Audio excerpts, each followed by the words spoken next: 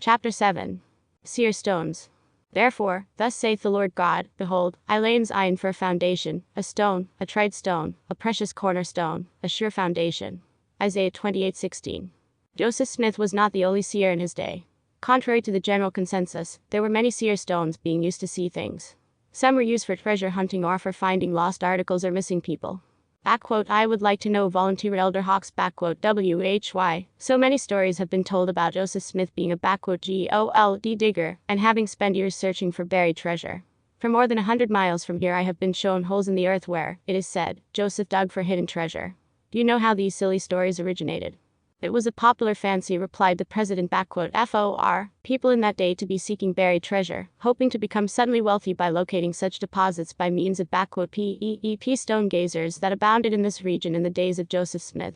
It was a popular fad for people to find strange stones that could be used as PEEP stones, and every person finding such a stone at once set out in search of hidden treasure. Kimura's Gold Bible, page 145. Another testimony was given which illustrates the numerous stones used for this unusual manifestation of power. A Mrs. M.C.R. Smith stated, "THERE was considerable digging for money in our neighborhood by men, women and children. I never knew of their finding any. I saw a large hole dug on Nathaniel Smith's farm, which was sandy. I saw Joshua Stafford's peep stone, which looked like white marble and had a hole through the center. Sally Chase, a Methodist, had one, and people would go for her to find lost and hidden or stolen things." Naked Truths About Mormonism, page 1. The prophet Joseph's mother also knew about the many people who possessed seer stones. During the early history of the Latter-day Saints Church, many people arose with so-called seer stones, claiming to have power of seeing many things, such as seeing the place where lost articles were, also where the Book of Mormon plates were hidden. Some of these clairvoyants were the means of leading many astray from the truth. One of the earliest of these peepstone gazers was a young woman named Miss Chase, sister of Willard Chase, a Methodist class leader. This Miss Chase found a green glass, through which she claimed she could see where Joseph Smith kept the gold plates. Joseph Smith, page 102, by Lucy Mack Smith. At this same time there was a man by the name of James J. Strang, who also claimed the appearance of angels, the use of the Urim, and the gift and powers of translation. The most prominently known seer stones in the history of the LDS Church are discussed in the remainder of this chapter. Joseph's stone. Hosea Stout infers that the prophet Joseph had a stone at the time he discovered the plates of the Book of Mormon. Monday, 25 February 1856.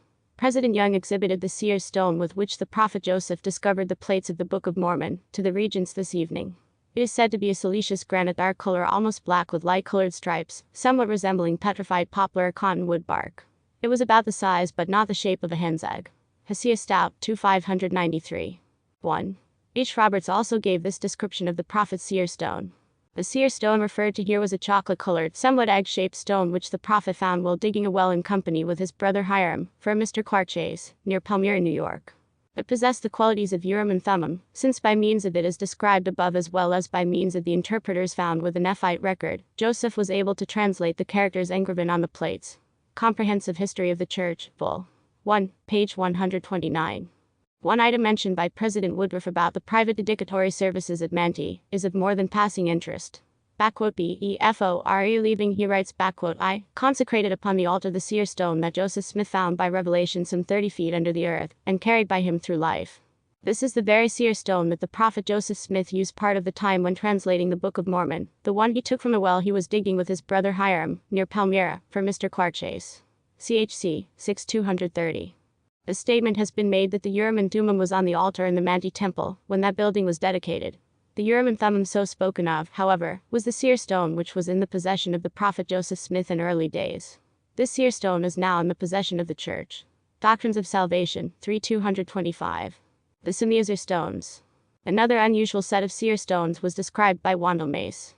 Uncle John visited us, and during his stay we related to him our experience with evil spirits, and we learned from him that in Staffordshire a branch of the church was organized at the Potteries, and Elder Alfred Corden was president. Among those who embraced the gospel at this place were some who had practiced magic or astrology.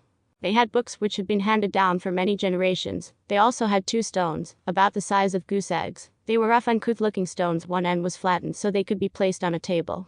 When they wished to gain information from the source, they would place these stones upon a table, and kneel down and pray to one who they addressed as Seer, which they called charging the stones, when upon looking into them they saw what they sought for.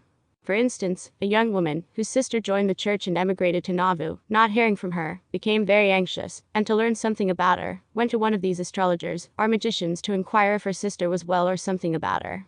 The magician, after charging the stones as before explained, told her to look into them. The young woman did so and said she saw her sister sitting upon something, but could not describe what kind of a seat it was by the side of a curious-looking house, and apparently in good health. This satisfied her that her sister was safe and well, but the house in the seat her sister was on, she could not understand what it could be. This young woman, afterwards, joined the church and came to her sister, who was living on a farm a short distance from Nauvoo. A worn fence enclosed the farm and log house, and it was upon this fence near the log house that she had seen her sister sitting, when she looked into the magician's stones in Staffordshire, England. This is the substance of the narration as I heard it from Uncle John. Some time after I moved to Nauvoo, I became acquainted with Elder Alfred Corden, who related to me the same. He also said the books with the stones were placed into his hands by these men after they joined the church, and he gave them to Apostle George A. Smith, who destroyed the books, but put the stones in the bottom of his trunk and brought them to Nauvoo. He gave them to Joseph the prophet, who pronounced them to be Urim and Thummim, as good as ever was upon the earth, but he said "They have been consecrated to devils." Wandomay's Diary, page 66. The Urim page stone. Another such stone was used by a member of the church, but the revelations that were obtained from it were to the detriment of the church. It was used from the very commencement of the organization of the church. During the last week in September of 1830, a conference was held at Fayette. There were only 62 members of the church at that time. At the conference much was said about Urim's peepstone. He acknowledged his error and promised to be loyal to his leader, and ceased consulting the stone for guidance. Oliver Cowdery had apologized for his course, and so Urim was reinstated in the good graces of his leader. The page "Peepstone", however, has been preserved as a souvenir in the archives of the reorganized church. The writer was permitted to examine it. It is a flat stone about 7 inches long, 4 wide and 1/4 inch in thickness. It is dark gray in color with waves of brown and purple across the surface. A small hole has been drilled through one end of it, as if a string had been threaded through it. It is simply impressive enough to make a good paperweight, yet it became a tool through which the adversary attempted to stir up strife and create a schism in the church. Hear me. Page should receive spurious information about the building up of Zion, which was a popular theme with the little flock. Historical background of the dock. And Cov. By Cecil McGavin, page 93. The prophet Joseph wrote the following statement about the page stone. The Urim page stone. Photo of Urim page stone. When Apostle Alvin R. Dyer was in Richmond, Missouri, he visited Mrs. Mame Kuntz, who possessed the Urim page stone. He described it as a light gray, highly polished stone, about 53 by 33 by thick with 2 round holes in it. Mrs. Kuntz stated that, as to how the Seer stone came into my possession, it has been handed down through one generation of the Whitmer family to the next generation, until it finally was given to me, and I consider it a very great honor to have such a sacred trust in my possession. Refiner's Fire, by Alvin R. Dyer, page 257. It was the revelations through this peculiar stone that nearly broke up the church at its very beginning. September 26, 1830. To our great grief, however, we soon found that Satan had been lying in wait to deceive, and seeking whom he might devour. Brother Urim Page had in his possession a certain stone, by which he had obtained certain "revelations" concerning the upbuilding of Zion, the order of the church, etc., all of which were entirely at variance with the order of God's house, as laid down in the New Testament, as well as in our late revelations. As a conference meeting had been appointed for the 26th day of September, I thought it wisdom not to do much more than to converse with the brethren on the subject, until the conference should meet. Finding, however, that many, especially the Whitmer family and Oliver Cowdery, were believing much in the things set forth by this stone, we thought best to inquire of the Lord concerning so important a matter. DHC 1:110. The Lord revealed to Joseph Smith the dangers of stone, and the source of its power. And again, thou shalt take thy brother, Urim Page, between him and thee alone, and tell him that those things which he hath written from that stone are not of me, and that Satan deceiveth him. D&C 28:11. The subject of the stone, previously mentioned, was discussed, and after considerable investigation, Brother Page, as well as the whole church who were present, renounced the said stone, and all things connected therewith, much to our mutual satisfaction and happiness. Historical Record, page 384. Satan was seeking to use the same means of communication to destroy the church that God was using to build it up. The Edwin Rushton Stone. A friend of the prophet Joseph Smith, Edwin Rushton, also had a seer stone in his possession. Edwin Rushton dug in the ground in the city of Nauvoo, Illinois, as a dream had previously shown, and obtained a seer stone about 5 feet underground, on May 4, 1846. He was a resident of Nauvoo at the time he obtained it. The stone, which still exists, appears to be a little smaller than a quarter of a baseball, and is crystal clear. He never tried to use the stone, as far as we know. Urim and Thummim, by R.H.S. Reynolds, page 24. Edwin Rushton recorded his experience in locating the stone in his journal. In July 1845, while Father was resting in the middle of the day, he received a vision, or quoting from Father's record, I was caught away by the Spirit, and taken on a frequented footpath across lots to a ravine a few blocks south of Nauvoo Temple. As I stood in contemplation, the earth on the right side of me opened to the depth of about 5 feet, and I beheld a pot of treasure on top of which was a beautiful seer stone, clear as crystal, which I was told belonged to me. At the time I received the vision, I did not know anything about a seer stone, and had never sought for a vision. This same vision was repeated to me 3 times about 2 weeks apart. With this, content on page 55. The Edwin Rushton Stone. Photo of Edwin Rushton Stone. Vision ever in mind, the following day I proceeded to hunt for the stone, taking 3 of my relatives with me. After digging for a short time, the stone was thrown out with a shovel of dirt. It is my firm conviction that this stone is one of the stones spoken of by John the Revelator, 2:17. See History of the Seer Stone. This stone is clear and beautiful. It is about the size of an egg and shaped somewhat like a kidney. It is treasured by the family and has been shown to hundreds of people. Edwin Rushton Journal, page 3. This seer stone is now in the hands of one of the descendants of Edwin Rushton, now living in Salt City. Elias Pulsifer Stone. Presumably in the Kirtland area, Elias Pulsifer found a brown-colored stone about 2 inches wide and 6 inches long with 2 holes in it. The prophet Joseph examined it and declared it to be a seer stone. It is not known if Elias could use it, but his daughter could. She located drowned persons, lost cattle and other items for people who sought such information. Her daughter also could use it, and after would see whatever she desired. One strange thing happened though. She once asked to see Satan, which she did, but that was the last time that stone ever worked for anyone. Statement by Lane Mullins, descendant of Elias Pulsifer. The Elias Pulsifer Stone. Photo of Elias Pulsifer Stone. The Philo Dibble Stone. Philo Dibble was a faithful saint whose history was near to the prophet Joseph Smith. He was also famous as a veteran of the Hans Mill massacre, healed from the wounds of death by Newell Knight. It was he who made the death masks of the prophet Joseph and Hiram. At the time of the martyrdom, he rescued a small seer stone, at the Nauvoo mansion house, from falling into the hands of the apostates. He brought the seer stone across the plains. Later, as a curator of church history, he showed the death masks, the seer stone, and other items of historical value on his lecture tours throughout the territory of Utah. See Mill. Star 1111-12. As time and possessors of this stone have passed on, it came into the hands of Norman C. Pierce in 1936. He is now residing in Salt Lake City and still possesses the stone. This seer stone, which came into the hands of the prophet Joseph at one time, may be the Belcher stone because of the similarity of description. Belcher bought it because it was said to be a seeing stone. I have often seen it. It was a green stone, with brown, irregular spots on it. It was a little longer than a goose's egg and about the same thickness. When he brought it home and covered it with a hat, Belcher's little boy was one of the first to look into the hat, and as he did so, he said he saw a candle. The second time he looked and he exclaimed, "I''ve, found my hatchet." He immediately ran for it to the spot shown him through the stone, and it was there. The boy was soon beset by neighbors far and near to reveal to them hidden things, and he succeeded marvelously. Even the wanderings of a lost child were conted on page 59. Belcher Stone. Photos of Belcher Stone. Traced by him.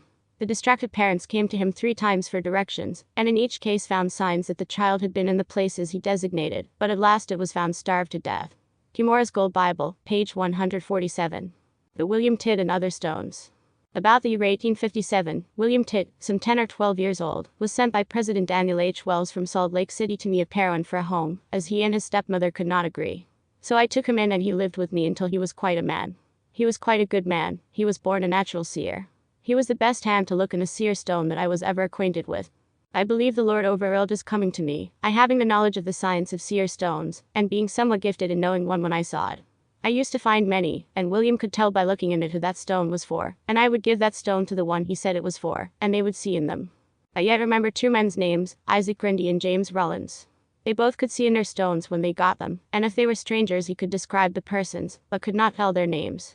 I told him that if he would be faithful, he did not know the eminence he would arrive at in consequence of his gift. I kept the seer stones under my immediate control, and when needed I would bring them out. He did a great deal of good by finding lost property, and by telling people how their kinfolks were getting along, even in England. He would satisfy them that he could see correct by describing things correctly, but when it came to things that the devil did not want the truth to come out, the devil had power to make false appearances, and William would miss the truth. William being young and limited in experience, he was not able to compete with the devil at all times, and they undertook to destroy him, and they told him if it had not been for old Meeks, they would have destroyed him. I think it was on account of his gift that made them try to destroy him. Journal of Pretty Meeks, Utah State Historical Quarterly 10-200. As mentioned in the above quote, Pretty Meeks claimed to have the ability to know a seer stone when he saw one, but he did not possess one himself. Seer stones, or peepstones, as they are more commonly called, was very plenty about Perron, I rather being a gifted person in knowing a peepstone when seeing one, although I had never found one yet I could see in. A seer stone appears to me to be the connecting link between the visible and invisible worlds. I am not prepared to say to what extent discoveries may be made in the invisible world through these means, but I am prepared to say that truthful discoveries, I am fully convinced, have been made by those means on certain conditions. It is not safe to depend on peepstones in any case where evil spirits have the power to put false appearances before them while looking in a peepstone. If evil influences will not interfere, the verdict will be as true as preaching. That is my experience in the matter. Also the patriarch, Hiram Smith, the brother of the prophet Joseph Smith, held the same idea, but stated that our faith was not strong enough to overcome the evil influences that might interfere, but seemed to think that time would come. I have seen peepstones as well polished as a fiddle with a nice hole through one end that belonged to the ancients. I asked Brother Smith the use for that hole. He said the same as a watch chain to keep from losing it. He said in time of war the Nephites had the advantage of their enemies by looking in the seer stone, which would reveal whatever they wished to know. I believe a peepstone is of the same piece with the Urim and Thummim, if we understood it. Journal of Pretty Meeks, Utah State Historical Quarterly 10-180. It would be impossible to estimate the number of seer stones that have been used throughout the history of the church. We do know, however, that every man should have one because seership is not a special right conferred upon a few select individuals by the Lord. The Lord would have all men become seers if they could use that means in a righteous manner. The prophet Joseph said that every man is entitled to a seer stone. December 27, 1841. I met with the 12 at Brother Joseph's. He conversed with us in a familiar manner on a variety of subjects, and explained to us the Urim and Thummim which he found with a place, called in the Book of Mormon the Interpreters. He said that every man who lived on the earth was entitled to a seer stone, and should have one, but they are kept from them in consequence of their wickedness, and most of those who do find one, make an evil use of it. He showed us his seer stone. Brigham Young, Mill. Start 26-118.